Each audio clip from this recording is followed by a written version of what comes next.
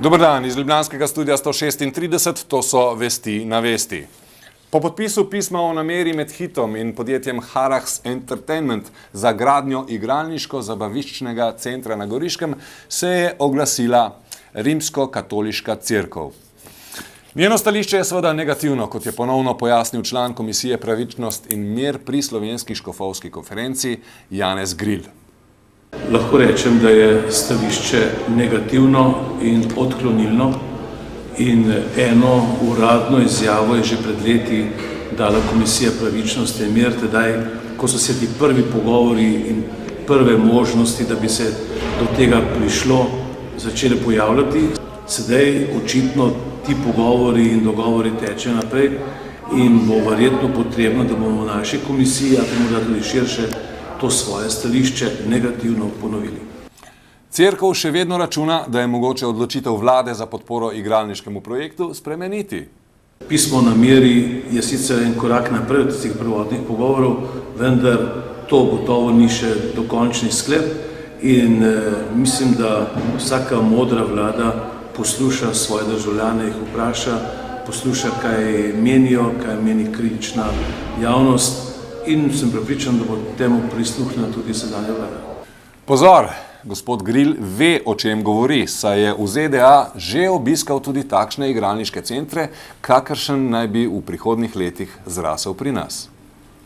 Jaz sem bil v Atlantic Cityju, vendar nisem bil zasvojen, videl pa sem to, kako izgleda od blizu. Spor z Drnovškom, afera Sova, gradnja mega igralnice, vlada vsekakor potrebuje dobro službo za stike z javnostjo. No, morda jo je tudi dobila. Kamera našega Denisa je takole ujela šefa pristopa Francija Zavrla, kako hiti v vladno palačo. Komu bo svetoval, pa žal ni hotel razkriti. Dober dan, gospod Zavrl, kam pa kam? Daleč, rdeča kapljica. Proti koncu gre dolgotrajno iskanje novega guvernerja Banke Slovenija. Po NSI je svojo privolitev, da podpre Marka Kranjca, kot zadnja parlamentarna stranka sporočila še SDS. Tako NSI kot SDS sta svojo podporo Kranjcu razložili tudi z argumentom, da je pomagal oblikovati zadnjo davčno reformo, ki so jo reformni ekonomisti označili za kozmetično. Izredno se je dokazal v oblikovanju davčnega sistema, tudi pomagal dejansko tej vladi pri vzpostavitvi davčnega sistema, takega kot sedaj velja. Ljubljanske veletržnice ne bo, kot je povedal župan Zoran Janković, občina pri projektu ne bo sodelovala. Minister za kmetijstvo Iztok Jarc pa pravi, da tudi ministrstvo nima pravne osnove, niti proračunskih sredstev, da bi ga finančno podprlo. No, omenila sta dve možni rešitvi problema. Nakup in spremembo namembnosti zemljišča v Ljubljani ali pa selitev veletržnice v katero drugo občino. Za kar sem osebno proti. Kam? Na Ig? Zakaj? Zelo preprosto, Ljubljana v tem trenutku ima mnogo pomembnejših projektov, mnogo ključnih točk, ki jih mora rešiti, kot je veletržnica. In poudarjam še enkrat, da ne vem, zakaj bi morala Ljubljana biti partner v veletržnici. Če že govorimo o tem, potem bi mogla biti recimo neka skupnost občin. Več uspeha sta imela pri dogovorih o ljubljanskih gozdovih. Občina namreč načrtuje odkup gozdov, ki so bili vrnjeni v denacionalizaciji. Minister bo preveril pri njih, glede na njihovem skladu kmetijskih zemljišč, ali lahko del svojih gozdov, če postavljamo prenese na Ljubljano, to, kar okroža Ljubljano, samo z enim namenom, da bi dosegli tisto skupno skrbovanje teh gozdov, da ne bi propadlo, da bi se vzdrževali in na tem bomo delali. Nimamo tu planu narediti v 5 letih. Za kako velike gozdne površine gre, pa je bilo mogoče razbrati samo iz županovih vzdihov. Veliko zoblavati.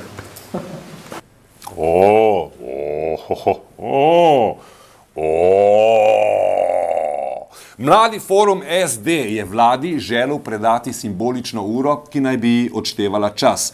Nad njo so obesili tudi seznam 32 največjih vladnih napak. Idejo so, kot pravijo, sprožile besede vodje poslanske skupine SDS Jožeta Tanka, ki je dejal, da SDS ne dela napak. Vlada nad darilom ni bila navdušena, tako da se je skozi vrata uspelo prebiti samo naši kameri. Pazi, da ne razbiješ tega sistema dobrega. Dober dan, želim. A še čakam. Škaj, tleni bilanci, ne? Ja. Greste lahko ven, tako prosim. Vrata so se zaprla, pol so nas pa prefukali kot prasce. Skor. Podmladek socialdemokratov je na koncu vendarle predal spisek vladnih napak odgovornemu policistu. A vas lahko jaz vprašam samo eno stvar? Tehle par točk, ki ste jih si vzeli, a to je za vašo lastno uporabo ali boste to dali po PS-u v službo?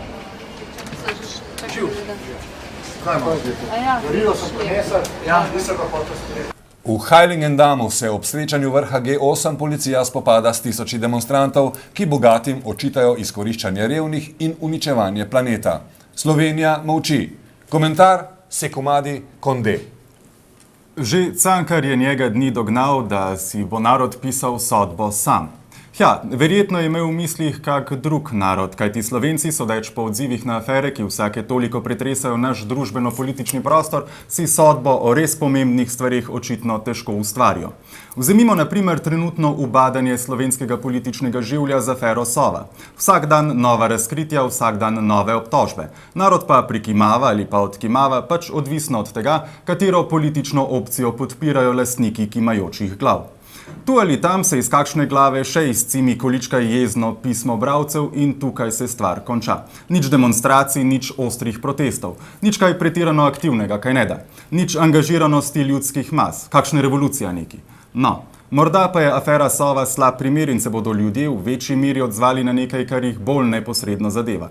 Recimo na zavlačevanje pri izgradnji zdravstvenih ustanov, kot so pediatrična klinika in onkološki inštitut. Da o operacijskih mizah ne izgubljamo besed. To je nekaj za mase, zdravje. Ne? Tudi to Slovencev ne zanima.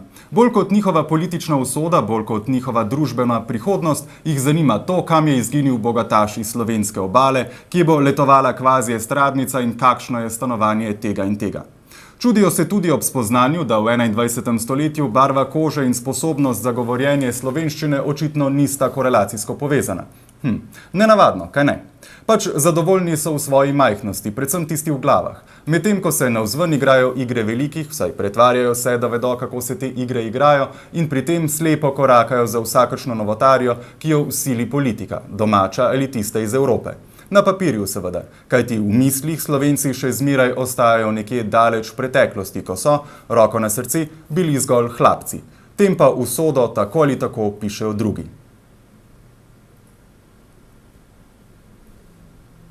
Govori. Kje je ta avizo? Iščem.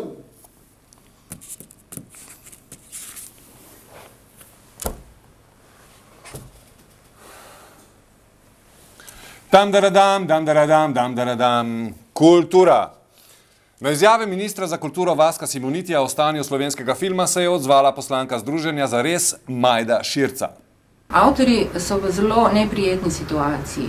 V februarju so jih dali na neko prioritetno listo 18, to je veliko število ljudi, ki naj bi dobili delo, če bodo ne vem kaj se naredili. Seveda ti avtorji težko rečejo, kaj se jim dogaja. Nekateri so spregovorili, nekateri seveda potiho govorijo. Kajti lahko so hitro kaznovani in še tisto, kar jim je bilo obljubljeno, jim je lahko odvzeto. Ne vedo, kaj bodo delali jutri in še huje, tudi kaj bi morali delati že včeraj. Če bi se to zgodilo v neki gospodarski družbi ali pa tudi v javni hiši, v javnem zavodu, če bi nek direktor gledališča ne imel abonmaja za naslednjo sezono, bi najbrž letel. Za konec vreme. Še vedno na pol v pizdi. Iz ljubljanskega studia 136, to so bile vesti na vesti.